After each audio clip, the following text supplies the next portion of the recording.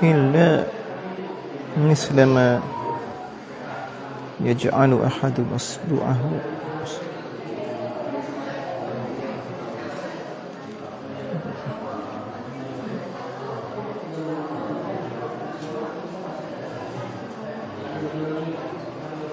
فما متاع الحياة الدنيا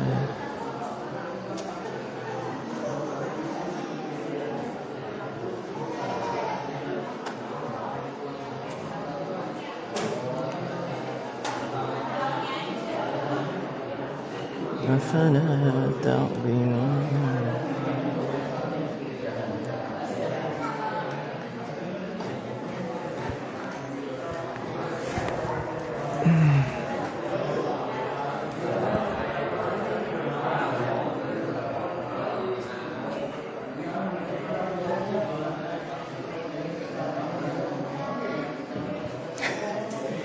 Kalau apa pakai layar sekarang nggak sanggup. Kita mulai kah?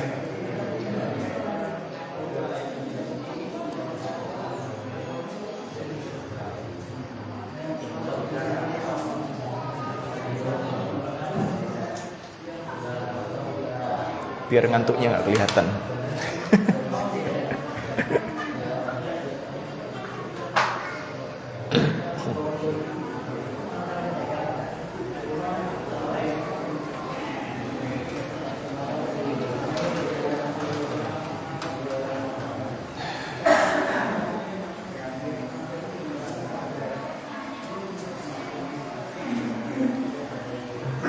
Kita mulai jamaah.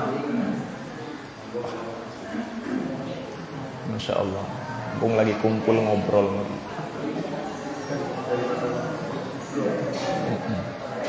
Baik. Assalamualaikum warahmatullahi wabarakatuh.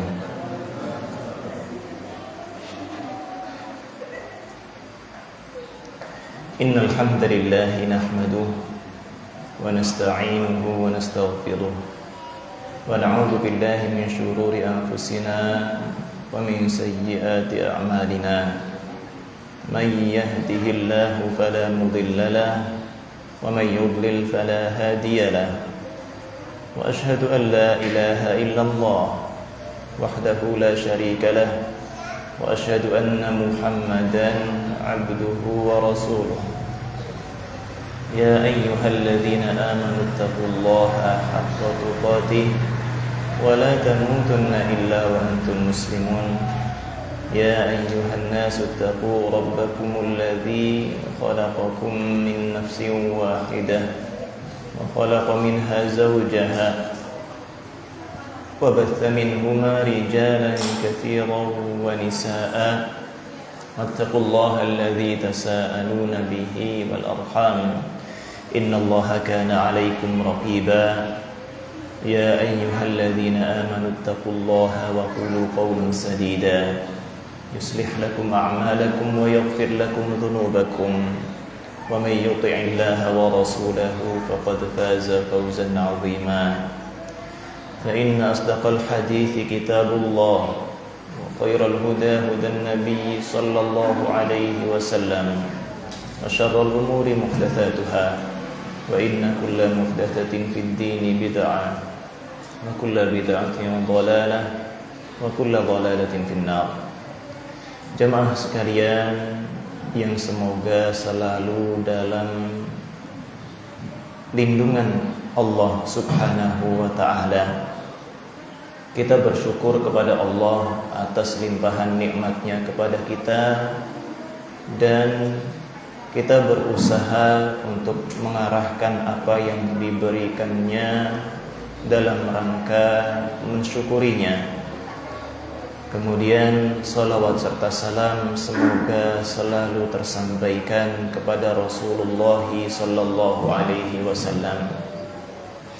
Jamaah sekalian yang semoga selalu dibimbing oleh Allah Azza wa Jalla, di antara keistimewaan orang yang beriman, mereka diunggulkan oleh Allah Subhanahu wa ta'ala dengan keimanan mereka kepada hari akhir.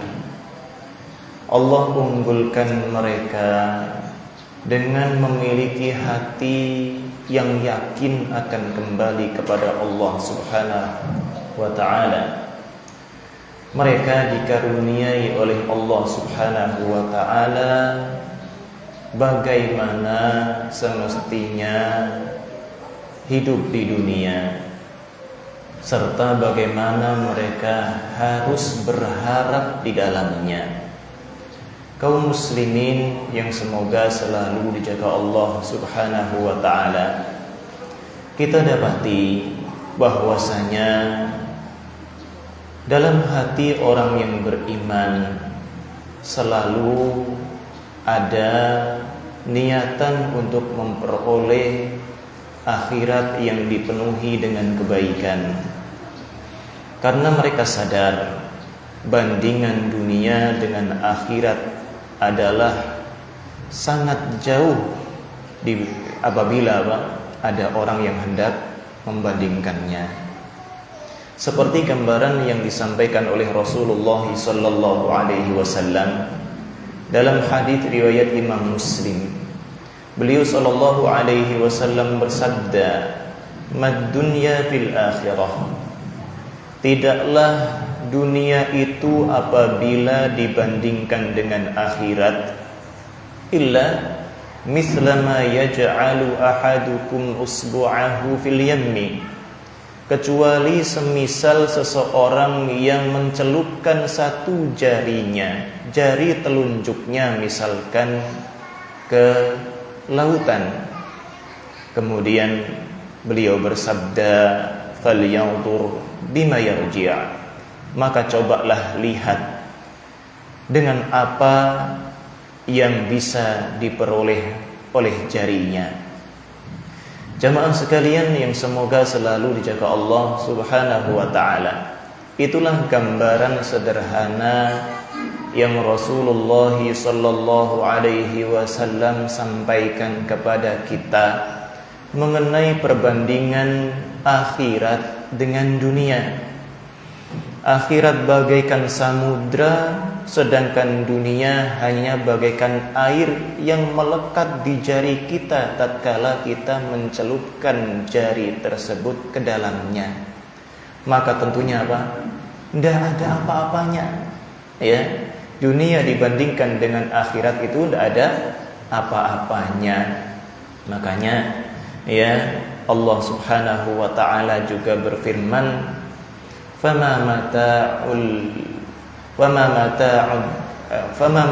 hayati dunya fil akhirati illa qalil.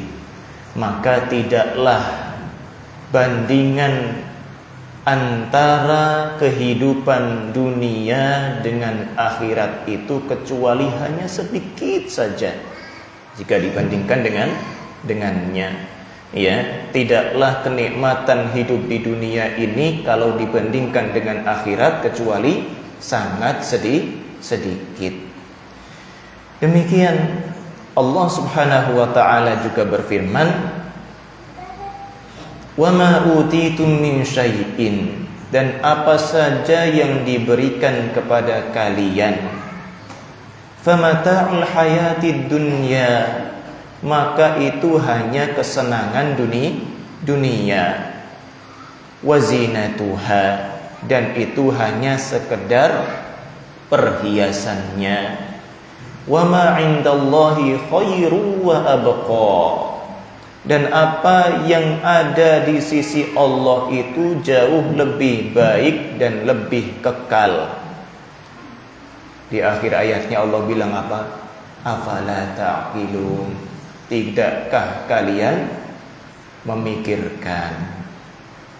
Baik jamaah yang semoga selalu dijaga Allah Subhanahu wa ta'ala, itulah hal yang istimewa yang ada pada orang yang beriman. Hati mereka sangat terkait dengan akhirat, meskipun mereka sudah bisa merasakan di dunia berupa nikmat, ya, baik yang banyak ataupun yang kurang banyak, mereka akan apa? Tetap tenang. Karena sebanyak apapun hal yang bisa mereka dapatkan di dunia ini, gak ada bandingannya sama sekali dibandingkan dengan apa yang bisa mereka miliki apabila mereka menjaga keimanannya, beramal soleh untuk akhiratnya. Jamaah sekalian yang semoga selalu dijaga Allah Subhanahu wa ta'ala, anggapan manusia dalam kehidupannya mengenai kehendaknya itu bermacam-macam. Ya, ada orang-orang yang beranggapan bahwasanya apa? Manusia tak punya pilihan kehendak sama sekali. Mereka mengira atau mereka meyakini semuanya sepenuhnya diarahkan oleh Allah tanpa mereka punya pilihan lagi. Ini yang dikatakan oleh siapa? Orang-orang Jabriyah. Ya. Ada juga yang sebaliknya. Mereka bilang apa? Manusia itu sepenuhnya menentukan apa? Takdirnya sekehendaknya sendiri. Ya. Ada yang berpendapat apa tadi? Manusia itu sepenuhnya bisa menentukan takdirnya sekehendaknya sendiri. Ya, pengen sukses maka harus gini. Ya, pengen itu maka harus seperti itu, nanti pasti dapat. Ya, dengan apa? Dengan bersandar kepada apa? Kepada kehendaknya dan usahanya sendiri. Itu keyakinan siapa? Qadariyah, ya. Sedangkan Ahlus Sunnah itu senantiasa ingat bahwasanya manusia tidak bisa luput dari takdir Allah atas dirinya. Baik berkaitan dengan bagian yang ia diberikan pilihan maupun yang dia diarahkan. Jadi kalau Ahlus Sunnah itu yakin bahwasanya apa? Semuanya sudah merupakan takdir dari Allah Subhanahu wa ta'ala. Dan di dalam bagian takdir itu ada yang berupa kondisi di mana manusia memiliki pilihan, dan ada kalanya dia tidak bisa memilih sama sekali, semuanya sudah diarahkan. Cuman jamaah, takdir tersebut adalah rahasia Allah. Mereka tidak tahu sama sekali, ya. Dan hanya bisa dia ketahui setelah Allah mewujudkannya. Demikian. Loh, terus apa hubungannya Ustaz? Ya jelas. Di dalam masalah takdir seperti tadi, ya, seorang manusia akan bisa menilai tentang kehendaknya. Dan inilah yang sedang atau yang akan kita bahas pada hari ini. Ngomongin apa? Kita akan membicarakan tentang kehendak seseorang dengan amalannya. Ya. Kalau orang Jabriyah, mereka nggak mikir lagi.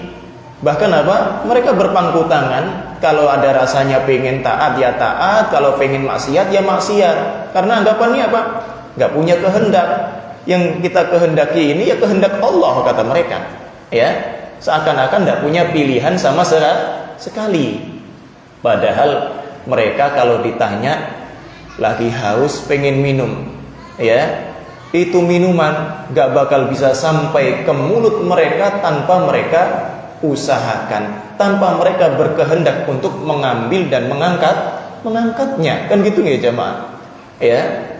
Mereka itu seakan-akan membohongi diri sendiri. Demikian pula Qadariyah, ya. Kalau Qadariyah bagaimana? Mereka apa? Bebas menentukan kehendaknya sesukanya. Ya. Kalau pengen akhirat, ya, tinggal mereka apa? Usahakan, kemudian seakan-akan jaminan akhirat adalah apa? Usaha mereka sendiri. Tidak ada kaitannya dengan karunia Allah, tidak ada kaitannya dengan ketetapan Allah. Pokoknya apa? Seakan-akan mereka bebas menentukan takdirnya sendiri. Kalau ahlu sunnah tidak demikian. Baik, jamaah sekalian yang semoga selalu dijaga Allah Subhanahu wa ta'ala. Itu ya, beberapa poin yang perlu kita ingatkan sebelum kita masuk dalam pembahasan, ya, beramal dengan amalan akhirat tapi tujuannya untuk dunia. Sebelum kita lanjutkan, coba kalau misalkan kita tanya, panjenengan Mbak pernah kepikiran sholat pengennya supaya sehat? Pernah? Dulu ya, beberapa tahun yang silam ada penelitian yang mengatakan atau yang menyimpulkan bahwasanya kalau posisi ruku akan apa? Akan membuat ya mungkin apa? Atau seakan-akan menjadi terapi untuk orang yang memiliki masalah punggung, ya, masalah di punggungnya, ya, bahkan mungkin pengakuan dari sebagian kita, masya Allah, ya, habis sholat rukuknya panjang, rasanya sekarang punggung saya jadi sehat lagi, ya, demikian. Ini bukan berarti dari awal beliau memang pengen sholatnya untuk dunia saja. Akan tetapi apa? Subhanallah, karena lemahnya akidah sebagian kaum muslimin, mereka sholat niatnya hanya untuk cari sehat. Mereka gerakannya disempurnakan, ya, tapi apa? Tujuannya supaya menyehatkan badan. Mungkin sebagian kita juga, ya, yang masih lemah imannya. Kemudian apa? Kemudian dia datang atau berjumpa dengan bulan puasa, dia pun berpuasa. Dalam puasanya ternyata dia hanya menginginkan agar ya tadi diet, ya, apalagi yang punya masalah tekanan darah bisa lebih nyaman lah gitu kan, dan yang semisalnya, ya, memang ada efek-efek ya duniawi dari akhirat atau dari amalan akhirat. Akan tetapi sebenarnya bagaimana sikap kita yang dibenarkan dalam masalah ini, itulah yang perlu kita bahas. Oke. Kan biasanya juga ada ya, mungkin belum lama juga, ya, ada yang ngajak apa? Ayo kita sholat tahajud. Nanti kalau sholat tahajud insya Allah jadi apa? Lancar rezekinya. Ya. Ayo kita sholat duha, nanti apa? Ya sama, ujung-ujungnya rezeki. Bahkan yang mungkin banyak di masyarakat kita kayak apa? Ibadah yang mungkin tadi atau sering kita lihat, ziarah, ya, ziarah kubur ibadah atau enggak? Ibadah, kan gitu. Tapi ziarahnya malah untuk apa? Untuk dunia. Ibadah untuk dunia.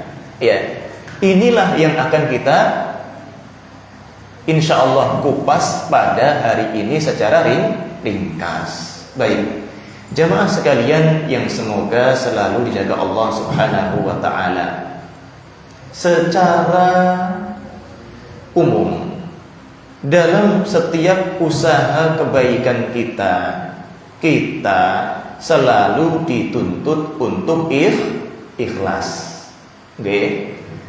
Panjenengan melakukan kebaikan berupa amalan murni untuk akhirat seperti sholat, ya, puasa, zakat, sedekah dan yang semisalnya, bahkan haji, ya, itu kan jelas ibadah untuk akhirat, kan gitu. Yang seperti itu jelas tuntutannya harus ikhlas.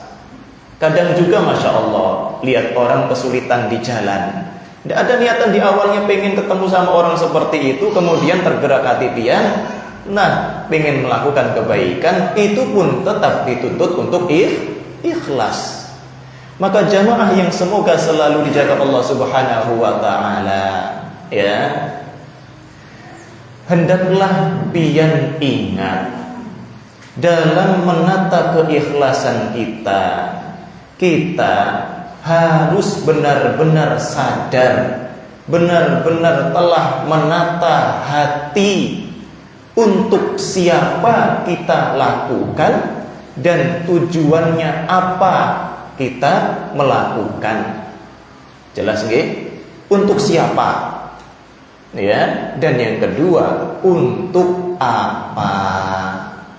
Inilah yang akan menentukan kadar keikhlasan seseorang. Jelas kira-kira? Ada orang sholat, kadang niatannya untuk Allah Subhanahu wa ta'ala saja. Ada orang sholat karena dilihat ustaz. Ada orang yang apa? Yang dia sholat untuk Allah, akan tetapi tujuannya dunia. Ada orang sholat untuk Allah, tapi benar tujuannya untuk akhirat. Dan ada orang yang sholat untuk orang lain, ya, karena pandangan manusia tujuannya juga hanya untuk dunia. Tuh macam-macam jemaah. Tapi apa? Tapi singkatnya, kalau pengen benar-benar ikhlas, maka dua hal tadi yang harus kita tata. Kita sholat untuk siapa, dan kita sholat untuk apa. Inilah yang akan menentukan apa tadi? Keikhlasan kita. Benar atau salahnya, ya, tujuan ibadah kita. Baik, insya Allah nanti kita akan singgung itu lagi. Tapi sebagian ahlul ilmi dalam menjelaskan bab ini, mereka langsung menyebutkan bahaya mengharapkan dunia dengan amalan akhirat. Ya, tidak apa-apa kita majukan pembahasan ini sebagai penjelas bahwasanya ini adalah amalan atau niatan yang salah. Ya, bahaya mengharapkan dunia dengan amalan akhirat. Misalkan kita nukilkan dari Syekh Asy-Shinqiti rahimahullah, beliau mengatakan salah satu bahaya besar yang dilakukan manusia adalah beramal sholih untuk memperoleh secuil dunia. Bahaya besar jemaah. Ya, padahal apa? Kalau orang dapat dunia rasanya bahagia, kan gitu. Tapi apa? Beliau ingatkan ini bahaya besar. Kenapa? Kata beliau, karena ini adalah bentuk kesyirikan. Lu, subhanallah, ya, salah satu bentuk kesyirikan. Dan kita tahu syirik itu salah satu dosa besar, bahkan yang paling besar. Nah, kenapa demikian? Atau ya, kita lanjutkan terlebih dahulu, kata beliau, karena ini adalah bentuk kesyirikan yang menjadikan sempurnanya tauhid yang wajib baginya tidak terpenuhi, menghapuskan amalan, bahkan resikonya lebih besar daripada riya. Ya, beramal akhirat jamaah, kalau niatannya hanya untuk dunia, kata beliau menjelaskan, resikonya lebih besar, lebih membahayakan dibandingkan dengan riya. Kata beliau secara singkat, karena yang menginginkan dunia dengan amalan akhiratnya, seringkali amalannya selalu diiringi kehendak ini. Setiap kali ibadah, kayak tadi ya, misalkan sholat tahajud, dia sholat terus rutin tiap malam. Ya, semua sholatnya selalu diiringi dengan niatan hendak dunia, ingin dunia, pengen kaya, pengen sehat saja. Kebayang, semua ibadah niatnya kayak gitu. Sedangkan kalau riya, ya, kata beliau, munculnya pada sebagian amal saja dan tidak selalu diperturutkan karena seringnya sadar. Ya, karena seringnya sadar. Kalau orang sholat, ya kepikiran, Masya Allah ada yang datang, bagusillah. Subhanallah, keingat. Ya, saat itu juga apa? Ingat, karena apa? Pada dasarnya setiap muslim itu sholatnya untuk Allah, kan gitu. Sejak dia apa? Mau mulai sholat, dia sudah niatkan ini sholat untuk Allah.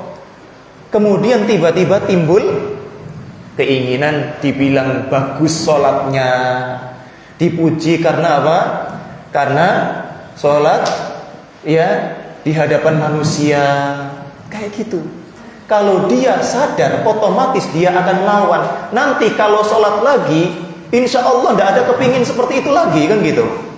Tapi kalau orang pengen dunia, kadang tidak sadar jemaah. Ya, sholatnya semuanya dia lakukan dari awalnya cuman hendak memperoleh dunia. Dari awal takbiratul ihram ana sholat, atau bahkan sebelum mau sholat dia apa? Motivasinya hanya dunia. Inilah yang membuat harapan dunia dengan amalan akhirat itu jadi lebih bahaya daripada riya. Akan tetapi ya, meskipun yang satu lebih bahaya dari yang lainnya, setiap orang beriman wajib untuk waspada. Ya, lawang dua-duanya sama-sama dosa besar. Ya, meskipun levelnya masih syirik asghar, tidak sampai mengeluarkan dari Islam. Baik, makanya jamaah, beliau juga menegaskan, kalau bahas riya dan mengharapkan dunia dengan amalan akhirat, tentunya kita akan otomatis mendapati ada keserupaan. Tapi beda jamaah. Mirip tapi beda. Kembar tapi apa? Enggak identik. Ya. Baik. Sisi kesamaannya insya Allah jelas. Orang kalau sholat kemudian dia riya dalam sholatnya, atau dia ngaji, dia tampakkan, dia perdengarkan keindahan suaranya untuk dipuji manusia, maka apa? Maka dia hakikatnya mengharapkan pujian manusia, dan pujian manusia ini pun bagian dari secuil dunia. Itu kemiripannya jemaah. Ya, mirip kan? Karena sama-sama bagian dari dunia yang dia harapkan. Ya. Jelas jemaah sampai sini? Akan tetapi jemaah, ada perbedaan yang lebih jelas lagi. Yang mana apa? Yang mana menjadikan riya dengan harapan duniawi dari amalan akhirat ini dibahas oleh para ulama dengan materi atau bab yang berbeda. Kan sebelum ini bab riya kan? Kemudian sekarang kok bab ini? Loh, bukannya sama kayak tadi Ustaz? Kan kalau dipuji orang itu kan dunia juga. Sholat pengen dipuji orang kan dunia. Ini sholat pengen sehat kan dunia juga. Sholat apa? Pengen apa? Pengen dipuji orang dunia kan gitu. Ya. Baik jemaah yang semoga selalu dijaga Allah Subhanahu wa taala. Ya. Orang yang melakukan ibadah karena riya, ini mohon gak ada yang ngantuk ya. Soalnya kalau belum tuntas bisa salah paham. Ya. Jadi nanti akan kita jelaskan sebagaimana kita singgung di awal tadi, tujuan yang berbeda-beda. Contoh misalkan sebagai bocoran saja. Ada yang beramal akhirat untuk dunia, ada yang beramal akhirat untuk akhirat, ada yang beramal akhirat untuk dunia dan akhirat. Nah, jadi apa? Sederhananya yang nanti akan kita bahas, tidak semua keinginan dunia dengan amalan akhirat itu salah. Tidak semuanya terlarang. Baik, jamaah yang semoga selalu dijaga Allah Subhanahu wa taala. Orang yang riya dalam ibadahnya, dalam ngajinya, dalam sedekahnya, dalam sholatnya misalkan, maka apa? Tujuan mereka dari awal untuk siapanya adalah untuk manusia. Ya, meskipun di awalnya sudah berniat di awal untuk Allah, kemudian ternoda dengan riyaknya. Jelas? Ya.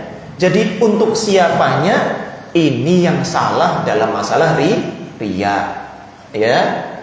Dan otomatis untuk apanya juga salah. Jadi kalau riya itu untuk siapanya salah, untuk apanya juga salah. Tapi kalau niatan duniawi dengan amalan akhirat, ya, niatan hanya memperoleh dunia saja dengan amalan akhirat, kadang ya, niatnya untuk siapa sudah benar. Alias kalau ditanya, "Pian salat tahajud ikhlas ndak untuk Allah?" Udah lillahi ta'ala. Tapi ternyata tujuannya hanya untuk dunia. Inilah bedanya. Makanya di awal tadi jelas kita singgung apa? Perlu kita perhatikan untuk siapa kita ibadah, dan ibadah tersebut kita lakukan untuk apa, untuk memperoleh apa. Demikian. Baik, jamaah yang semoga selalu dijaga Allah Subhanahu wa ta'ala. Beliau, atau misalkan kita baca apa yang beliau sebutkan, ya.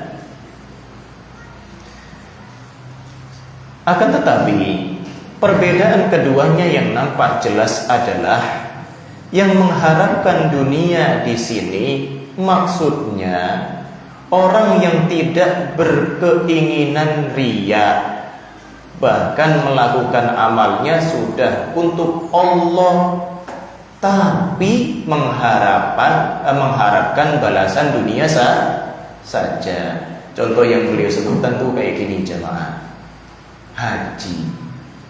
Dia berangkat haji menggantikan orang yang tidak bisa berangkat badal haji.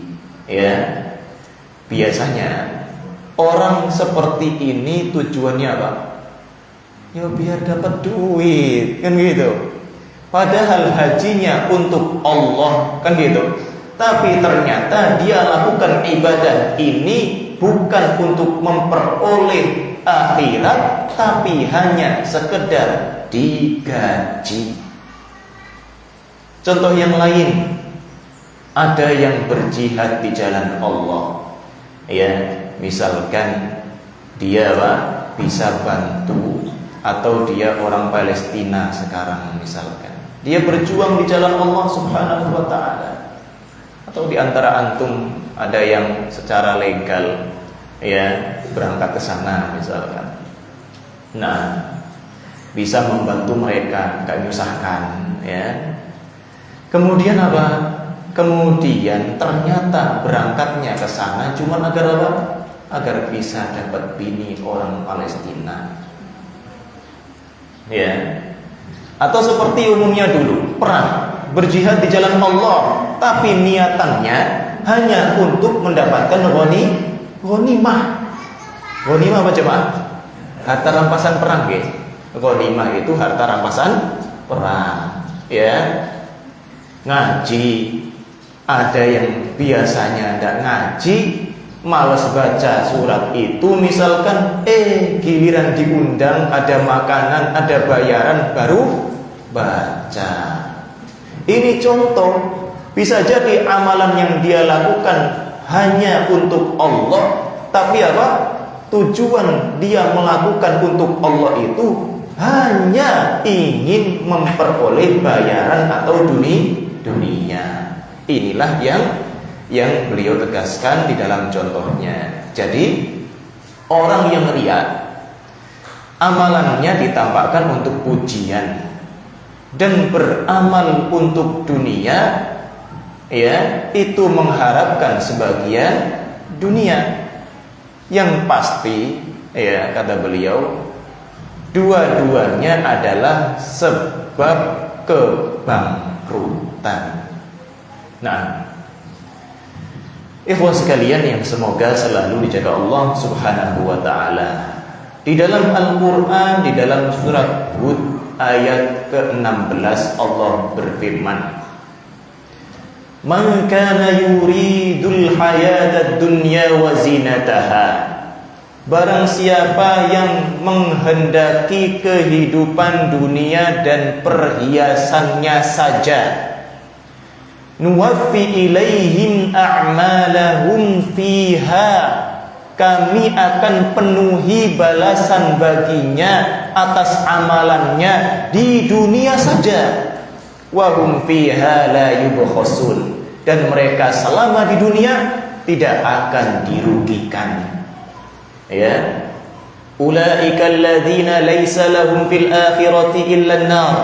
Akan tetapi kalau orang sudah seperti ini, kata Allah Subhanahu wa taala, mereka itu adalah orang-orang yang tidak akan mendapatkan apapun di akhirat kecuali neraka. Dia beramal soleh jamaah. Tadi apa? Nuwaffi ilaihim a'malahum. Amalan mereka akan kami berikan balasan sempurna di dunia. Karena mereka memang pengennya apa tadi? Dunia. Ya, sudah Allah akan berikan dunia memang kepada mereka. Itu pun sesuai dengan kadar rezeki mereka dalam takdir Allah Subhanahu wa taala. Ya, tapi mereka di akhirat ya gak dapat yang lain kecuali hanya neraka. Wa habita ma sana'u fiha. Hancur lebur sudah apa yang mereka usahakan di dunia.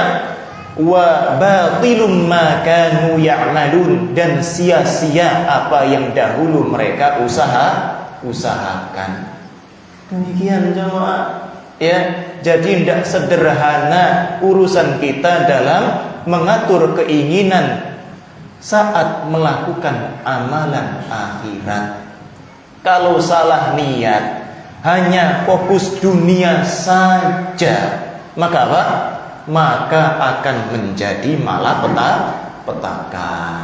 Nah, makanya ya beliau pun atau para ulama pun menjelaskan bahwasanya ayat ini serupa dengan firman Allah Subhanahu wa taala dalam surat Al-Isra ayat 17. Allah berfirman, "Man kana yuridul ajilata ajjalna lahu fiha ma nasha'u liman nurid." Kan gitu. Siapa yang kehendaknya hanya ajilah, dunia yang disegerakan saja. Ajjalna lahu fiha, niscaya kami akan segerakan baginya memang di dalamnya di dunia. Apa yang Allah segerakan? Manasya, apa yang mau kami berikan, liman nurid, bagi orang yang kami kehendaki. Makanya jamaah, kalau panjenengan lihat orang-orang fasik yang beramal untuk dunia saja, mengabaikan akhiratnya, meskipun usahanya sama, tidak jamin mereka memperoleh hal yang serupa. Karena demikian kata Allah, siapa yang yuridul ajilah, menghendaki kesegeraan nikmat dunia saja, memang akan Allah beri, tapi apa? Sesuai dengan kadar yang Allah kehendaki bagi siapa yang Allah kehendaki. Terus habis itu gimana? Tsumma ja'alna lahu jahannam, kemudian nanti kami akan jadikan bagi dia neraka jahanam. Yaslaha madmum madhura, ia akan memasukinya dalam kondisi tercela dan terusir. Ya, tidak boleh masuk surga. Ya, dan ini apa? Di antara ayat wa'id, kerasnya ancaman dari Allah bagi orang-orang yang salah niatnya. Baik. Kemudian ayat yang serupa pula Allah sebutkan di dalam surat Asy-Syura ayat ke-20. Allah berfirman, "Man kana yuridu harthal akhirati nazid lahu fi harthi." Barang siapa yang menghendaki ladang akhirat alias keuntungan akhirat, nazid lahu fi harthih, niscaya kami akan tambahkan keuntungannya. Yang bisa dia panen pasti Allah tambah. Wa man kana yuridu harthad dunya, dan barang siapa yang hanya menghendaki keuntungan dunia, nuktihi minha, niscaya kami akan berikan baginya minha. Di antara makna min itu apa? Litab'id, untuk menunjukkan sebagian saja. Ada jamaah, pernah pian lihat orang sepenuh jiwa dan raganya berusaha memperoleh sebanyak-banyaknya dunia, terus bisa menguasai seluruh dunia? Ada? Tidak ada. Bahkan misalkan pun bisa menguasainya, dia gak bakal bisa menikmati seluruhnya. Demikian. Makanya kata Allah apa? Nu'tihi minha, kami akan beri padanya sebagiannya saja. Wa ma lahu fil akhirati min nasib, dan tidak ada baginya bagian di akhirat. Jamaah yang semoga selalu dijaga Allah. Makanya Allah tuh mencela jamaah orang yang doanya buat dunia saja. Kayak dalam surat Al-Baqarah ya. Gimana doanya? Faminan nasi may yaqulu rabbana atina fid dunya. Dan di antara manusia itu jamaah, ada yang berdoa kepada Allah, Rabbana atina fid dunya, ya Allah anugerahkan kepada kami kenikmatan di dunia. Wa ma lahu fil akhirati min khalaq, akan tetapi dia tidak memperoleh sedikit pun bagian di akhirat. Ya, ini doa ini Allah ingatkan sebelum doa sapu jagat. Ya, makanya apa? Sebagaimana kita singgung tadi, ya, enggak semua keinginan dunia itu tercela atau terlarang. Ya, karena apa? Doa di antara doa yang paling banyak disebutkan Nabi ya demikian, Rabbana atina fid dunya hasanah, tapi bukan dunia saja, wa fil akhirati hasanah, akhirat juga. Jadi tidak salah jamaah kalau kita apa? Beramal soleh, ya, juga apa? Menghendaki kebaikan dunia. Tapi sekali lagi nanti ada rinciannya, ya. Ikhwah sekalian yang semoga selalu dijaga Allah Subhanahu wa taala, sebagai pengingat bagi kita, dulu tatkala kita bahas masalah adab menuntut ilmu, kita pernah menukilkan sebuah hadis yang masyhur, karena menuntut ilmu adalah perintah dari Allah dan bagian dari ibadah, maka sekali lagi belajar itu juga harus ikhlas, harus lurus. Untuk siapanya, harus benar dia lakukan untuk apa? Ya, coba kita lihat.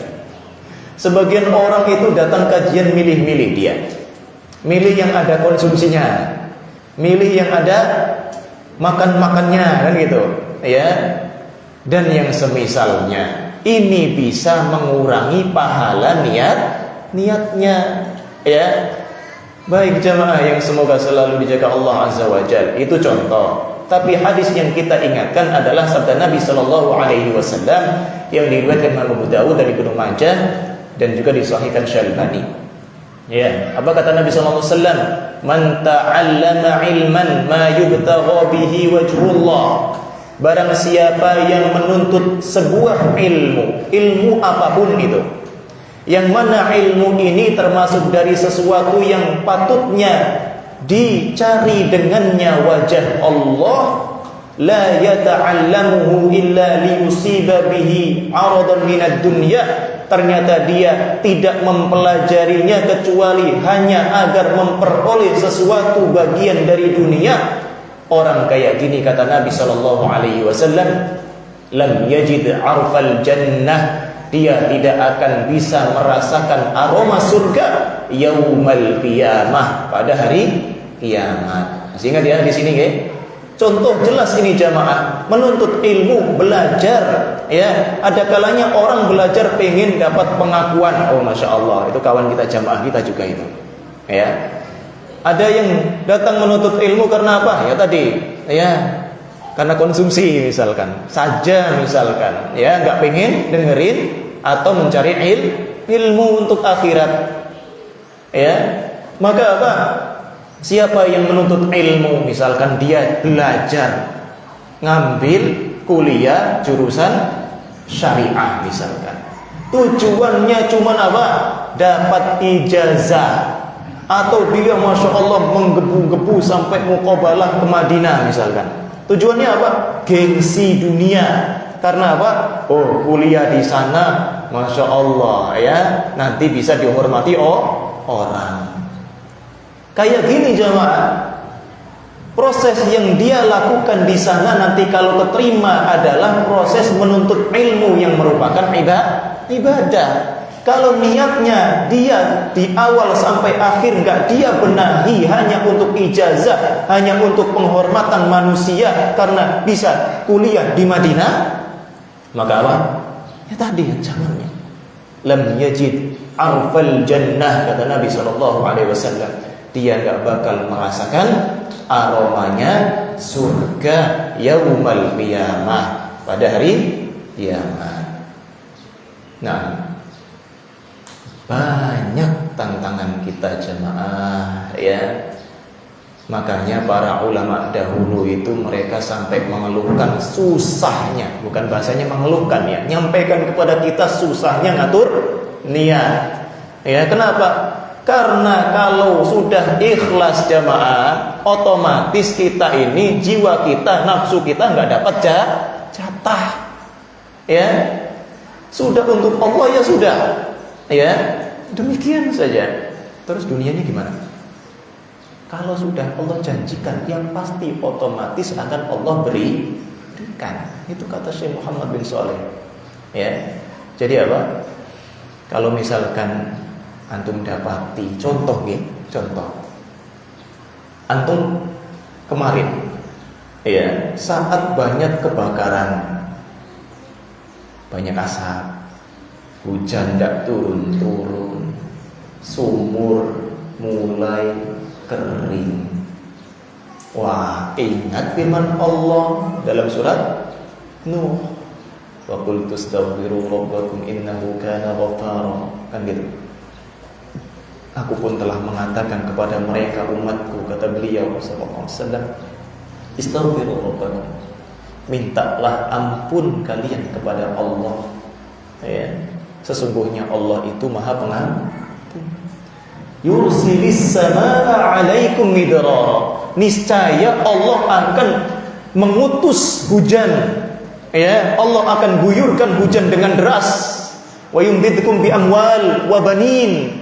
Antum dapat harta jamaah, jaminan harta tuh dengan istighfar.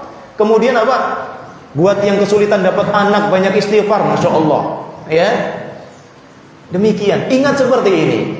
Salah enggak? Tidak sepenuhnya salah. Jelas Allah sebutkan di dalam Al-Quran, siapa yang banyak istighfar, maka apa?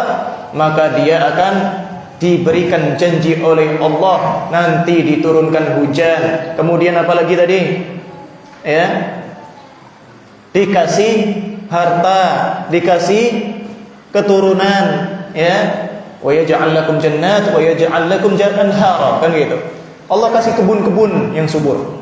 Ya, sungai-sungai juga demikian.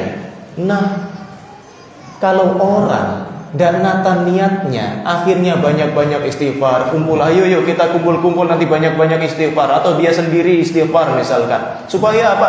Supaya turun hujan. Hanya supaya turun hujan.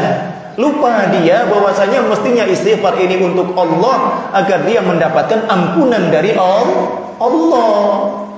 Adapun janji ini kita yakini benar. Ya, bahkan meyakini ayat Allah, janji Allah itu pun tambahan keimanan. Tapi kalau untuk duniawi ya ikhwah, maka apa?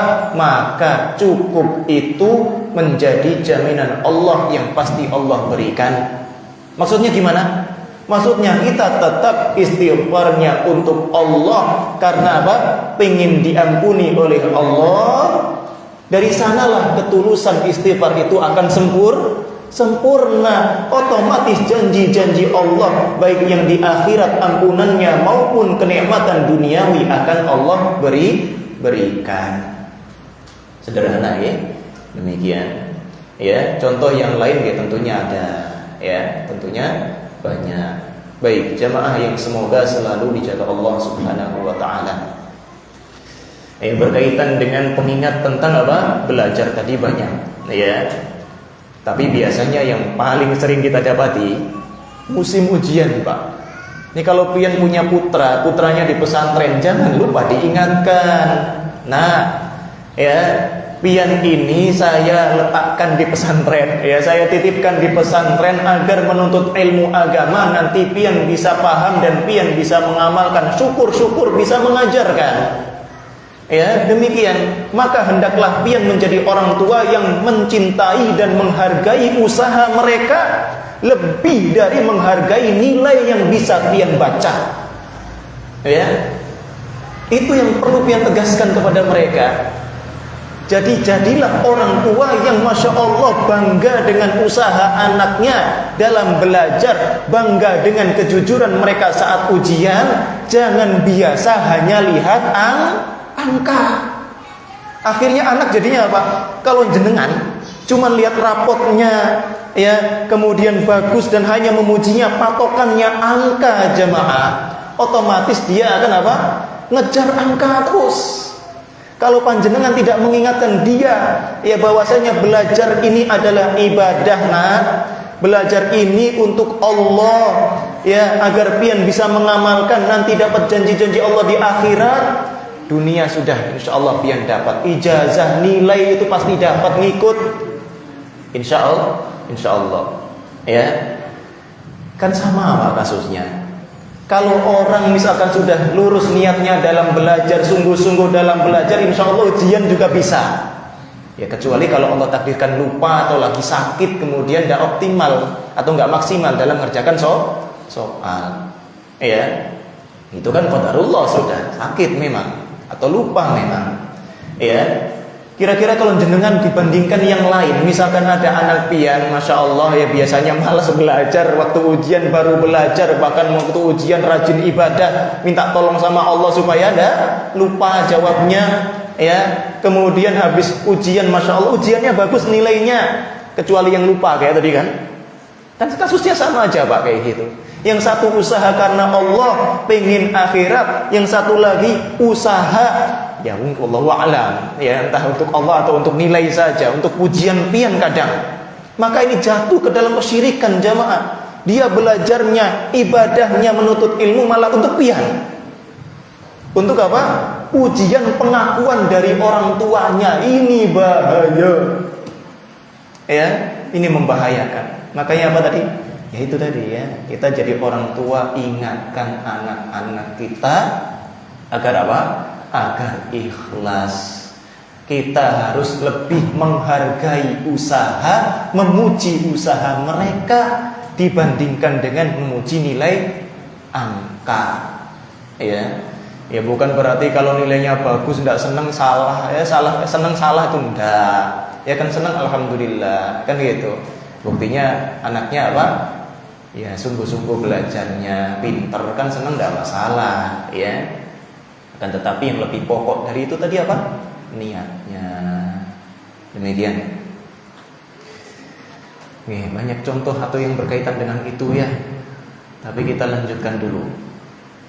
Jamaah yang semoga selalu dijaga Allah Subhanahu wa taala. Di antara yang disinggung pula oleh para ulama mengenai hal ini adalah bahwasanya jenis orang menyimpang dalam amalan akhirat terus mendapat dunia itu ada 4 macam. Ya, ini rada panjang. Ini ada yang dinisbatkan kepada Abdullah bin Abbas, ada makna yang dinisbatkan kepada Mujahid rahimahullah, ya, ada yang dinisbatkan kepada Anas bin Malik. Maksudnya apa? Ada orang beramal akhirat tapi dapatnya dunia aja. Ya. Yang pertama, ini dinisbatkan kepada Abdullah bin Abbas. Ada yang melakukan amalan untuk Allah atau meninggalkan sesuatu untuk Allah tanpa mengharapkan ganjaran akhirat. Ya, tadi sudah kita singgung, ya. Mohon maaf muter-muter terus. Ya, jadi dia melakukan ketaatan, melaksanakan amal soleh karena Allah, kemudian meninggalkan sesuatu juga karena Allah. Tapi dia tidak mikirin ganjaran akhirat sama sekali. Hanya ditujukan untuk dunia. Ya, contoh misalkan dia ingat hadis Nabi, ihfazillaha yahfazka. Jagalah batasan-batasan Allah, niscaya Allah menjagamu. Akhirnya apa? Dia berusaha melaksanakan semua yang wajib, meninggalkan semua yang haram karena Allah. Akan tetapi tujuannya apa? Ya, ulunkan tinggal bukan apa? Di kampung sendiri. Ya supaya Allah jaga anak-anak sama istri waktu keluar kota, ya sudahlah, saya berusaha jaga ibadah. Ya, jadi ibadahnya hanya untuk apa? Agar Allah menjaga keluarganya di dunia saja. Ya, Allah jaga keluarga dan keturunannya, atau hartanya dijaga dan ditambah, atau agar mereka selalu diliputi kenikmatan tanpa memedulikan balasan surga atau dihindarkan dari neraka, maka orang yang seperti ini hanya akan diberi ganjaran di dunia saja atas amalannya, dan di akhirat tidak memperoleh apa-apa. Penjelasan ini sudah kita singgung di awal, dan ini dinisbatkan kepada sahabat yang mulia Abdullah bin Abbas. Ya. Yang kedua, ada yang beribadah dengan niat riya, murni untuk dipuji orang, bukan untuk Allah, apalagi untuk memperoleh akhirat. Ini dinisbatkan kepada Al-Imam Mujahid, salah satu ulama tafsir. Berkaitan dengan ini, insya Allah jamaah masih ingat ya tentang orang-orang yang menjadi bahan bakar api neraka. Masya Allah, siapa? Orang yang alim, ya, qari. Kemudian apa? Tatkala ditanya oleh Allah, katanya ikhlas ngakunya. Ternyata apa? Allah tahu isi hatinya. Dia hanya sekedar ingin diakui sebagai qari, sebagai alim, dipuji, dihormati orang. Allah perintahkan malaikat menyeretnya, melemparkannya ke dalam neraka. Orang dermawan juga kayak gitu. Ya. Jadi niatnya apa? Cuman hanya ingin apa? Hanya ingin dapat pujian, penghargaan, penghormatan dari orang. Ya dapat, dunianya dapat. Dihormati orang memang, Masya Allah. Coba pian jadi orang dermawan, coba ya. Tapi kalau cobanya, ya, pian dermawan karena Allah pengen akhirat. Jangan yang kayak gini. Ya, jadi orang dermawan akhirnya disenangin orang kan gitu ya. Siapapun itu loh Pak. Bahkan misalkan orang kafir, misalkan panjenengan punya tetangga orang kafir, orangnya baik, panjenengan saja masih akan menghormati kan gitu. Ini sudah normal dalam masyarakat. Apalagi sama-sama muslim, ya. Panjenengan atau pian apa? Dermawan pada mereka, niscaya dihormati, Pak. Itu otomatis. Jadi nggak usah dipikirin, usah dapati apa? Dapat. Nah, tapi ada kalanya orang tujuannya demikian saja. Ini juga salah. Ini yang salah. Baik. Yang ketiga. Nah, ada yang beramal soleh sekedar untuk mendapatkan harta. Bukan karena Allah, juga bukan untuk akhirat.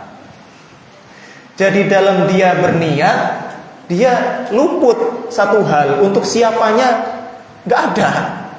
Tapi dia macam robot lah sudah. Ya, dia berbuat sesuatu, melakukan sesuatu, ngaji, ya sudah suruh ngaji, habis ngaji dapat amplop misalkan. Ya. Dia berbuat amalan akhirat, gak ada niatan akhirat, gak ada niatan untuk siapa. Ya, dia hanya untuk uang saja. Gak ada duit ya gak sholat, gak ada duit ya gak ngaji. Kayak gitu. Ada yang demikian. Ya bisa jadi dapat, tapi apa? Akhirat gak mungkin dapat. Dan yang keempat, ada orang yang beramal ketaatan dengan ikhlas, tapi ternyata dia masih bergelimang dengan amalan yang mengeluarkannya dari Islam. Ya. Orang ngira dirinya apa? Dirinya orang yang beragama dengan benar. Ya. Contoh misalkan ada orang yang yakin bahwasanya agama yang lain itu benar, tapi masih nyembah Allah juga. Misalkan yang nyembah Allah, nyembah anak Allah katanya itu loh, ya kan? Dia mungkin ikhlas karena Allah, ya. Dia mungkin sedekah ngasih orang fakir miskin karena Allah jamaah. Tapi ternyata dia ikhlasnya nggak berguna. Kenapa? Karena dia masih menyekutukan Allah. Ini yang dapat dunia juga, ya. Makanya nggak heran orang kafir kaya, ya sudah Allah kasih dunia memang kepada mereka, ya. Akan tetapi sekali lagi akhirat tidak akan pernah mereka dapat. Inilah tafsiran dari Anas bin Malik radhiyallahu taala anhu, ya. Itu 4 macam orang yang dapat dunia dengan amalan akhirat, tapi mereka celaka, ya. Amalan akhirat untuk dunia, akhiratnya tidak dapat apa-apa. Ada 4 macamnya tadi. Terus jamaah, ya, sudah kita singgung tadi, dan ini juga dalam syarahnya sudah sejam. Nggak apa-apa lanjut ya. Nggak apa-apa. Kalau enggak ya sudah, ya. Tapi nggak enak kalau sudah. Ini mestinya apa? Pembahasannya itu langsung syarah ya jamaah. Kayak tadi ayat tadi sebenarnya dalil pertama. Nanti habis ini kita langsung ke dalil kedua insyaallah. Ya. Jadi tidak kita sebutkan baca kitabnya misalkan apa ad-dalilul awal, dalil pertama kayak gini enggak. Tadi dalilnya sudah kita sebutin tanpa menyebutkan judul babnya. Ya. Itu untuk dalil yang pertama. Baik, jemaah sekalian, ya, sebagaimana kita singgung, para ulama juga sudah menjelaskan jenis manusia ditinjau dari kehendaknya, alias usaha apa dan untuk apa. Ya, usahanya usaha jenis apa dan tujuannya untuk apa. Yang pertama, ada yang mencari dunia atau menghendaki dunia dengan amalan dunia. Menghendaki dunia dengan amalan dunia. Kayak pian, ada yang dagangan di sini, jualan, ya, atau jual sesuatu lah meskipun nggak dagangan. Oh, ulun punya mobil, so saya mau jual mobil ini supaya bisa beli rumah misalkan. Boleh enggak? Ya boleh, ya. Beramal dengan amalan duniawi untuk memperoleh bagian dari dunia enggak masalah. Lah memang halal kan gitu. Ya, contohnya dalil apa? Tentang kehalalan jual beli.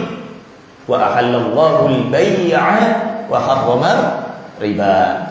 Dan Allah telah menghalalkan jual beli dan Allah mengharamkan riba atau contoh usaha-usaha yang lainnya. Itu yang pertama, gampang. Berarti tidak masalah ya. Kalau misalkan jenengan usaha berkebun, supaya apa? Ya supaya dapat duit Ustaz. Tidak masalah kan Ustaz, enggak berdosa kan? Ya enggak berdosa. Memang amalan dunia untuk dunia enggak masalah. Ya selama itu halal. Yang kedua, ada yang mencari akhirat dengan amalan akhirat. Apa tadi? Mencari akhirat dengan amalan akhirat. Ini hukumnya apa? Wajib. Hukumnya wajib. Makanya apa kata Syekh itu bahkan apa? Tuba lahu, beruntunglah bagi dia, sebagaimana disampaikan oleh Nabi sallallahu alaihi wasallam. Ya. Contoh, Allah sebutkan dalam surat Az-Zumar ayat 9. Allah berfirman, "Amman huwa qanitun ana al-laili sajidan wa qa'iman yahdharul akhirata wa yarju rahmat rabbih." Ya, sama tidak orang yang enggak berusaha, orang yang menyekutukan Allah Subhanahu wa taala dengan orang yang mereka beribadah di malam harinya dengan sujud dan berdiri salat, sedang dia apa? Yahdharul akhirah, karena khawatir tentang akhiratnya. Salatnya karena khawatir di akhirat nanti kayak gimana. Wa yarju rahmata rabbi, dia salat juga berharap rahmat dari Rabbnya, dari Allah Subhanahu wa taala. Ini contoh beramal akhirat untuk akhirat dan hukumnya wajib. Tidak boleh kita beramal akhirat kemudian nggak ada keinginan akhirat, itu tidak boleh jamaah. Ya, kenapa demikian? Allah sendiri yang memerintahkan.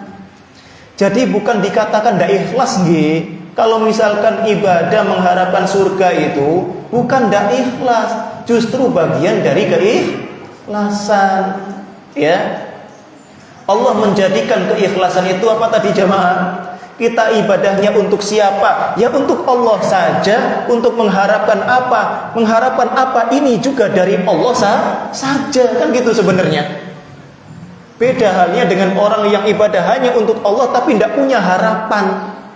Tidak punya harapan. Justru ikhlasnya untuk Allahnya jadi levelnya lebih rendah. Karena kalau orang punya harapan, niscaya dia harus memurnikan harapannya juga. Kan gitu nggih? Jelas kira-kira?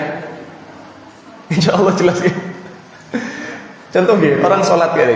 Jenengan sholat untuk siapa? Untuk Allah. Ikhlas enggak? Ikhlas. Jenengan sholat tujuannya apa? Mengharapkan pahala dari Allah. Itu ikhlas enggak? Ya ikhlas, lama mengharapkannya dari Allah juga. Kan gitu. Jadi Allah tuh mengajarkan kepada kita untuk siapa dan untuk apa, untuk apanya ini dari siapa juga. Ya masa kita mengharapkan akhirat, mengharapkan misalnya ulun mengharapkan pahala dari pian, kan nggak mungkin. Demikian. Jadi di balik itu malah justru ada tingkat keikhlasan yang berlipat-lipat jemaah. Jadi jangan sampai salah paham. Ikhlas kemudian dianggap apa? Tidak mengharapkan apa-apa dari Allah sama sekali.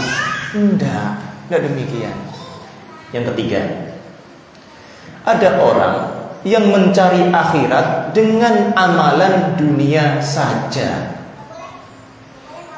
Panjenengan misalkan jual tanah supaya apa? Supaya bisa donasi bantu saudara yang tertindas di Palestina. Ini hukumnya apa? Ini hukumnya mustahab. Panjenengan dagang supaya nanti bisa bantu orang susah. Dagang urusan dunia, tapi tujuannya untuk akhirat juga, masya Allah. Maka apa? Ini mustahab, hukumnya sunnah jamaah. Bahkan bagi orang yang telah menyempurnakan kewajiban amal-amalnya kepada Allah, maka apa? Ini bisa menjadi level yang lebih tinggi lagi. Levelnya apa? Ihsan, alias orang ini beramal atau mencari akhirat dengan amalan dunia akhirat. Ya. Dunia akhiratnya semuanya untuk Allah Subhanahu wa taala. Bukan berarti mengabaikan kebutuhannya, nggih. Jadi memenuhi kebutuhan, melaksanakan kewajiban nafkah kepada keluarga, kepada diri sendiri juga wajib. Makanya tadi kita singgung apa?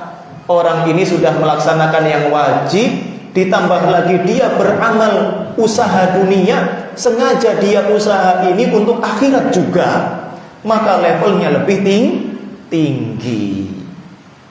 Yang kelima, yang keempat, mencari dunia dan akhirat dengan amalan akhirat. Apa jemaah? Hendak memperoleh dunia dan akhirat dengan amalan akhirat. Ini hukumnya apa? Boleh, selama prioritasnya akhirat. Buktinya apa? Buktinya tadi sudah kita singgung, Allah memuji doa yang banyak dibaca Nabi. Rabbana atina fid dunya hasanah wa fil akhirati hasanah. Nabi aja minta di dunia yang baik, di akhirat juga baik. Ya, berarti apa? Tidak masalah. Wa qina adzabannar, kan gitu. Kemudian ikhwas sekalian yang semoga selalu dijaga Allah Subhanahu wa taala. Ya. Ada catatan penting. Dahulu kata ahlul ilmi, para salaf menilai sebuah kesatuan amalan yang bercampur riya, maka tidak diterima.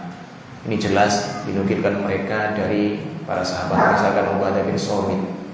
Kemudian dinisbatkan pula kepada Abu Darda, Al-Hasan Al-Basri, ulama tabi'in, Sa'id bin Musayyab. Ya, kok bisa mereka nyimpulkan demikian? Ini berkaitan dengan riya, nggih. Jadi panjenengan ingat tadi bedanya riya dengan menghendaki dunia. Ya. Buktinya apa? Ada kisah. Ya, ada seorang laki-laki yang datang menemui Nabi sallallahu alaihi wasallam faqala. Beliau mengatakan, "Ara'aita rajulan ghaza yaltamisul ajra wa dzikra?" Wahai Rasulullah, bagaimana pendapat engkau tentang seseorang yang berperang, dia menghendaki atau perangnya itu, berjuangnya, berjihadnya itu dia pengen pahala dan pengen diakui, dipuji, disebut-sebut pahlawan oleh manusia. Apa tadi jemaah? Dia berjihad, berperang. Kata sahabat ini, dia pengennya apa? Ganjaran, pengen juga dieluh-eluhkan, pengen pujian. Apa kata Nabi? Kata Nabi sallallahu alaihi wasallam, ya, la syai'a lahu. Ya, malahu. Dia dapat apa? Dia enggak dapat apa-apa. Dia tidak dapat apa-apa. Kenapa jamaah? Kenapa? Ayo. Dia pengen apa tadi? Pengen ganjaran dan pengen apa? Pengen dipuji orang, dianggap pahlawan. Kenapa kok nggak dapat apa-apa? Kata ahlul ilmi, wallahu a'lam, ya, adalah apa? Adalah karena dia tujuan untuk siapanya sudah ternoda. Untuk siapanya bukan untuk Allah saja, tapi untuk dipuji orang, meskipun juga di sisi lain mengharapkan akhirat. Jadi orang ini pengen akhirat, kemudian pengen apa? Dipuji orang. Inilah yang menjadi pendapat para salaf dahulu. Kenapa? Ya, mereka mengatakan kalau amalan diiringi riya, ya, itu tidak diterima oleh Allah Subhanahu wa ta'ala. Ya, karena masalah riya ini adalah masalah tujuan untuk siapa. Karena apa? Sudah disekutukan Allah di sini, makanya Allah tidak nerima. Meskipun tadi ada tujuan pengen dapat pahala. Nah, ya, Nabi ngulangi itu sampai 3 kali. Dan Nabi mengatakan apa?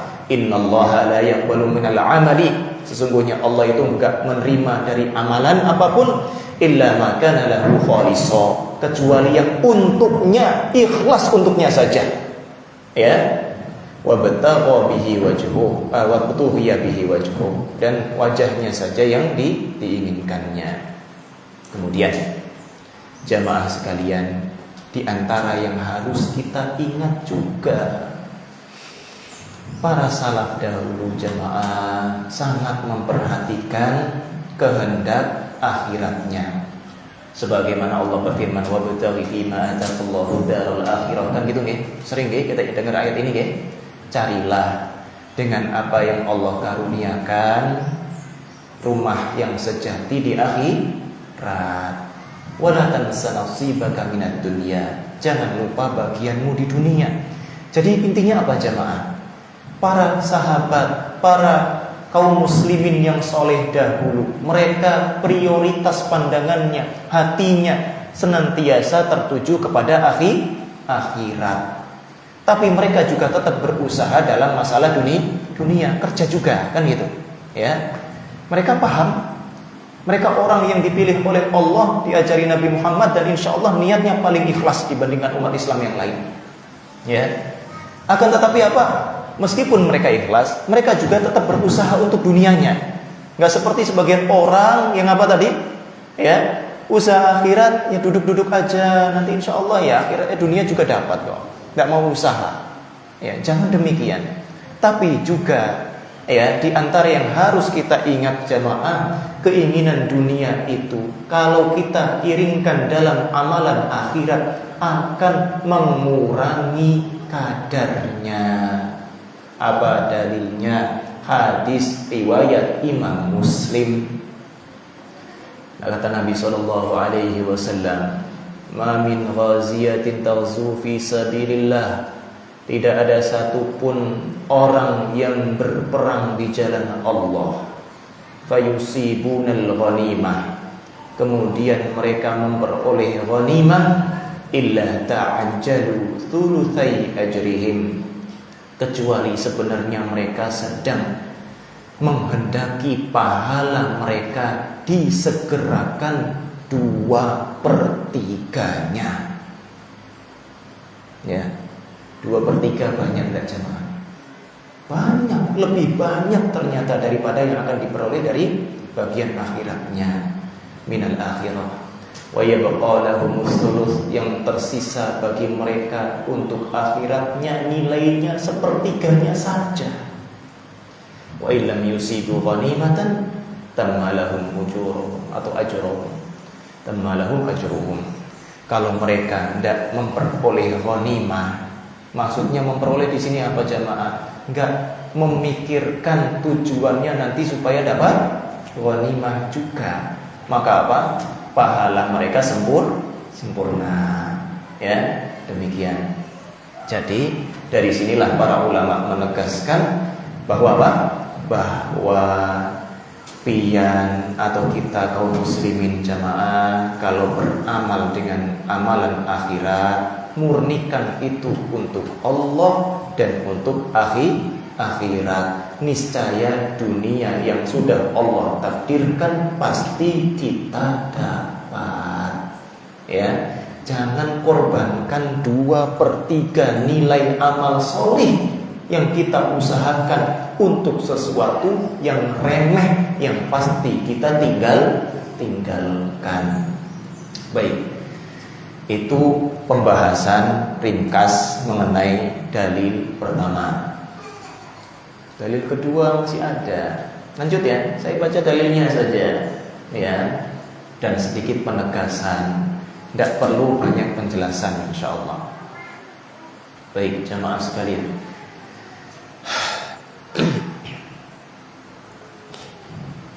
izin minum dulu nih. Capek gak sudah? Sudah gak sampai situ gak? Nanggung dikit. Bismillah. Kalau lama ndak usah tanya jawab. Ya. Sabar jenengan. Sebentar lagi insyaallah. Mana nih pembahasannya? Tunggu ulun cari dulu. La haula wala quwata illa billah. Nah, tadi baca kitabnya di HP apa di laptop?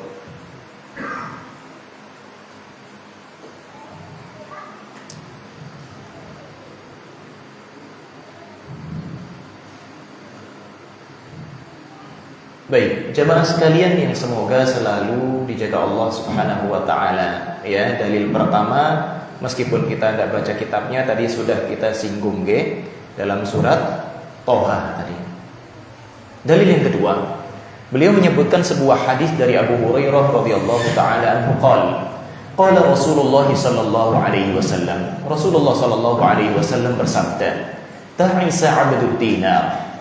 Sengsaralah budaknya dinar. Ta'isa 'abdud dirham. Sengsaralah budaknya dirham. Ta'isa 'abdul khamisah. Ta'isa 'abdul khamilah. Sengsaralah budaknya pakaian. In u'tiya radhi. Apabila dia diberi, dia hatinya baru lapang. Wa illam yu'ta sahitu. Dan apabila dia tidak diberi, dia akan diliputi kemurkaan. Ta'isa wa muntakas. Celaka dan kecelakaanlah bagi dia. Wa idza syika falan taqash. Dan apabila saking celakanya dia kena duri saja, duri itu tidak akan pernah bisa dicabut darinya. Pernah kena duri jemaah? Sering nih. Bagi yang bertani insya Allah sering kena duri. Kebayang, itu duri nggak bisa dicabut jemaah, ya. Dan nggak ada usaha, pian usaha seperti apapun sampai operasi nggak bisa dicabut. Ada misalkan ada kayak gitu ya, misalkan. Itu sakitnya kayak gimana? Itu gambaran betapa sengsaranya mereka. Ya, sengsaranya siapa tadi? Orang-orang yang menghambakan dirinya kepada dinar, kepada dirham, kepada harta. Orang-orang yang menjadi budak bagi pakaian, tren ini diikutinya ke sana. Semua yang diamalkannya, bahkan urusan akhirat pun tujuannya supaya apa? Supaya nanti bisa beli yang kayak gitu, lancar rezekinya, bisa beli kayak gitu, dan seterusnya. Itulah gambaran Nabi yang menyebutkan orang-orang ini bagaikan hambanya harta, hambanya pakaian. Kalau mereka mereka dikasih oleh Allah sesuai yang mereka inginkan, mereka baru lapang hatinya, ridho dengan itu. Kalau enggak, masih menggerutu jamaah. Itu tanda orang ini tidak ikhlas, tidak benar-benar karena Allah, tidak benar-benar karena mencari akhirat. Kenapa? Dunia tidak dapat. Akhirnya apa? Dia dongkol, jengkelnya kepada siapa? Bahkan kepada Allah Subhanahu wa ta'ala. Katanya kalau ngamalkan ini dapat ini, katanya kalau ngamalkan ini dapat itu, kok saya enggak? Itu tandanya dia telah menodai niatnya. Ya, dia terjatuh ke dalam syirik asghar. Ya, gambaran sengsaranya dia, susahnya dia, ya, dia kena duri, tertancap, ya. Ini apa? Enggak bisa dicabut-cabut. Subhanallah. Anda enggak tahu kondisi kayak gitu kayak gimana. Tapi apa? Ya, sengsara dalam kondisi remeh-seremehnya itu, seremeh duri aja Pak, tidak bisa dia hindari saking celakanya. Ya. Nah, kemudian kata Nabi sallallahu alaihi wasallam, tuba, surgalah bagi dia, beruntunglah dia. Siapa? Li'abdin akhidin bi'inani farsi, bagi seorang hamba yang memegang tali kekang kudanya fi sabilillah, di jalan Allah Subhanahu wa ta'ala. Asy'atha ra'suh, rambutnya, kepalanya berdebu. Mubarratin qadamah, kakinya pun berdebu. Rambutnya lusuh, kakinya berdebu. In kana fil hirasati kana fil hirasah, kalau dia ditugaskan untuk menjadi penjaga di barisan terdepan, dia siap untuk berada di barisan terdepan. Wa in kana fis saqati kana fis saqah, kalau misalkan dia ditugaskan dia di belakang pun dia akan siap ikhlas di belakang. Ini maksudnya apa jamaah? Dia tanpa pamrih beramal. Dia enggak nyari-nyari posisi yang mana di sana nanti dia bisa dapat pujian. Enggak nyari posisi yang mana apa? Nanti bisa disaksikan banyak orang. Ya. Makanya ana belum memastikan kisahnya tentang salah satu salaf kita dahulu, masya Allah, ya, beliau tatkala peperangan juga ini udah lama bacanya lupa ini peperangan apa, ya, dalam perang itu kaum muslimin banyak yang dikalahkan, kemudian beliau dari tengah-tengah maju, ya, nggak ada yang kenal ini orang siapa, kemudian beliau berhasil mengalahkan musuh, kemudian masuk lagi ke barisan, nggak ada yang tahu orang ini di mana, siapa tadi, kayak gitu jamaah. Karena apa? Karena Allah Subhanahu wa ta'ala, dia enggak pengen masya Allah, orang sakti ya, ya, jago ya masya Allah, enggak pengen pujian sama sekali. Ya, makanya gambaran yang diberikan Nabi sallallahu alaihi wasallam, dia berangkat membawa tali kekang kudanya di jalan Allah Subhanahu wa ta'ala. Ya, rambutnya sudah acak-acakan, kakinya sudah penuh debu karena perjuangan. Tapi apa? Dia selalu siap, enggak ingin apa dihargai dengan harga duniawi. Terserah, ana siap meskipun sudah demikian kondisinya, saya harus korbankan harta untuk beli kuda misalkan, ya, ana siap aja di depan siap, di belakang siap, gak perlu ada yang muji saya, sudah ana lakukan karena Allah Subhanahu wa ta'ala. Ini sta'dana, orang ini jamaah kata Nabi diremehkan, saking diremehkannya. Bahkan mungkin tidak ada yang kenal dia. Dia kalau minta izin itu lam yu'dzan lahu, enggak bakal diizinkan. Wa in syafa'a lam yusyaffa', kalau dia memberikan rekomendasi kepada seseorang, dia tidak dianggap sama sekali. Masya Allah, ini namanya wali Allah beneran. Wali Allah yang beriman dan bertakwa. Ketakwaannya bahkan hanya menjadi dia dan Allah Subhanahu wa ta'ala, hanya antara dia dengan Allah, ikhlas karena Allah, ya. Bukan, mohon maaf ya, kan sebagian orang juga punya anggapan ada wali yang tersembunyi kan gitu, ya, wali yang tidak dikenal, Tapi beda sama ini wali beneran ya ikhwah ya. Kata Nabi, beruntunglah bagi dia, tuba, surga bagi dia. Nabi yang jamin. Tapi dia apa? Orang yang soleh, orang yang ikhlas. Dan wali Allah orang beriman dan bertakwa, kan kayak gitu di Al-Quran. Bukan orang yang kelihatannya maksiat, ya, kelihatannya minum-minuman keras, kemudian dianggap orang lain nggak paham. Dia nggak paham, nggak kenal, itu wali itu. Bukan seperti itu wali jamaah. Ya, wali itu yang kayak gini. Yang apa tadi? Beramal soleh, ikhlas, dia tidak peduli pujian orang. Memang sih orang apa? Orang suka maksiat, orang suka minum itu mukanya tebal. Karena apa? Sama ya kayak tadi. Gak peduli pujian atau celaan orang sudah. Tapi beda. Yang satu amalannya soleh, satu lagi maksiat. Yang amalannya soleh ya wali Allah. Yang maksiat ya bukan wali Allah. Itu kan sederhana kan gitu nih. Tapi orang subhanallah ya banyak yang nggak bisa bedakan. Demikian jamaah yang bisa kita sampaikan. Ya, jadi panjenengan pian meskipun masya Allah mungkin tidak ada yang kenal, tidak viral, ya karena kebaikannya tidak usah khawatir. Allah itu tahu siapa hambanya yang soleh. Allah itu tahu siapa hambanya yang ikhlas. Allah kenal siapa walinya. Meskipun orang tidak kenal, Allah tahu siapa yang terjamin surga. Meskipun ia remeh di hadapan manusia. Demikian, mohon maaf kalau lama ya. Anggap aja bonus. Ya, semoga Allah Subhanahu wa taala menerima usaha kita dalam belajar pada kesempatan hari ini. Semoga bisa kita pahami dengan baik, kita amalkan sehingga menjadi bekal kita kembali kepada Allah Subhanahu wa ta'ala. Sudah. Ada pertanyaan? Ada pertanyaan jamaah, gak apa-apa ya? Tanya yang singkat-singkat aja.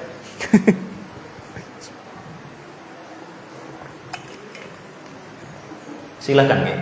Kalau ada pertanyaan 2 atau 3 aja.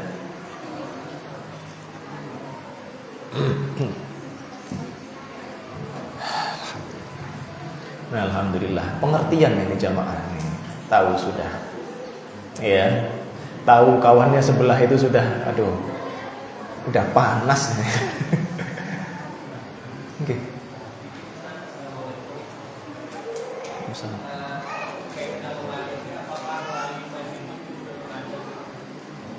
Iya.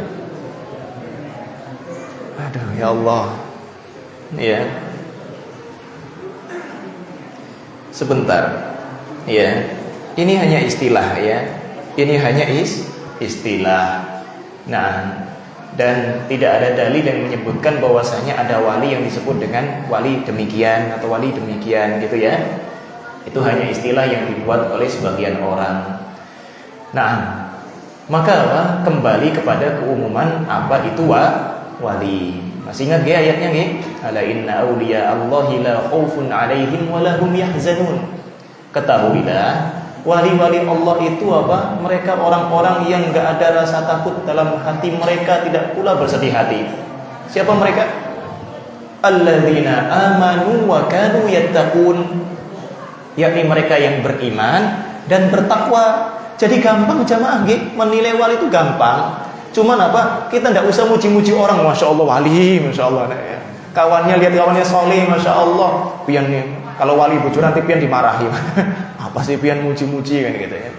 Demikian, ya. Jadi hakikatnya setiap orang yang beriman dan bertakwa itu adalah walinya Allah. Tidak ada orang-orang yang apa akhirnya nanti dapat gelar kalau sudah demikian. Apalagi kalau apa? Apalagi kalau justru yang nampak darinya adalah kemaksiatan. Kenapa demikian jamaah? Karena yang namanya iman itu enggak cuma yang tersembunyi saja, tapi juga amalan anggota badan. Apakah kalau misalkan buka auratnya di hadapan umum jelas-jelas maksiat kan ini? Adab orang masyarakat saja paham kok. Masa masih dianggap wali? Kan gitu. Apakah kalau misalkan minum minuman keras misalkan, oh, pian nggak paham, nggak lihat itu dohirnya memang miras itu, tapi apa? Itu aslinya susu katanya. La haula wala quwata illa billah. Ya. Gimana standar, patokan standar mereka dalam menilai kewalian itu dari mana gitu kan? Padahal Allah sudah jelas-jelas memberikannya. Tinggal lihat seberapa dia bertakwa, seberapa dia beriman dengan keimanan yang apa? Yang sempurna, ya, yang ditampakkan dengan apa? Yang diamalkan dengan hatinya, dengan lisannya dan anggota badannya. Meskipun dia gak disebut orang sebagai wali, dia itu sudah jadi wali Allah.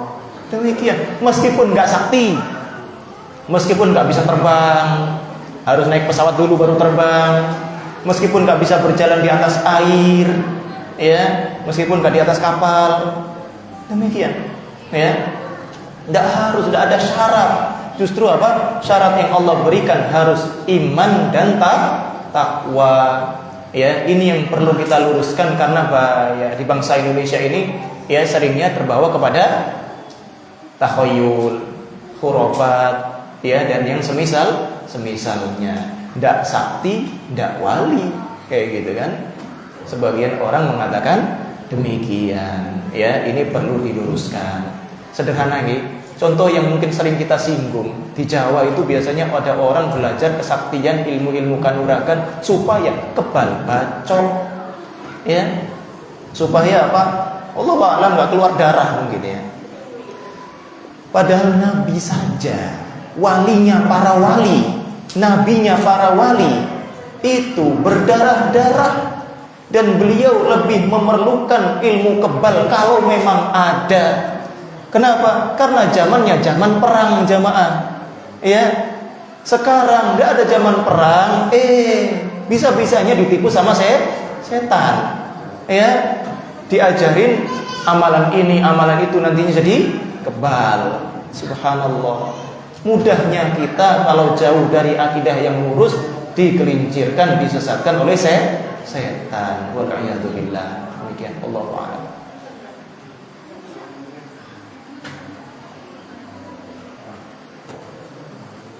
Sudah ya. Sudah demikian. Mohon maaf sekali lagi ya kalau terlalu panjang atau hal-hal yang tersalah maupun kurang.